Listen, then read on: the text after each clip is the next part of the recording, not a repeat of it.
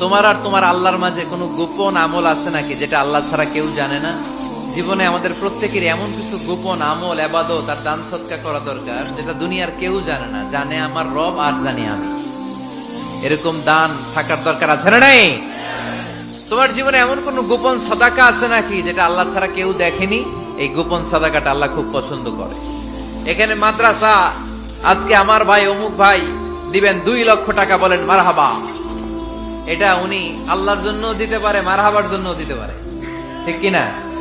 কিন্তু রাতের আধারে রাস্তার পাশ দিয়ে হেঁটে যাচ্ছেন, মসজিদের দান বাক্সটা লেখা, উপরে সাইনবোর্ডে লেখা মুক্ত হস্তে আল্লাহর ঘরের জন্য দান করুন। কেউ নাই, কাক পক্ষী নাই।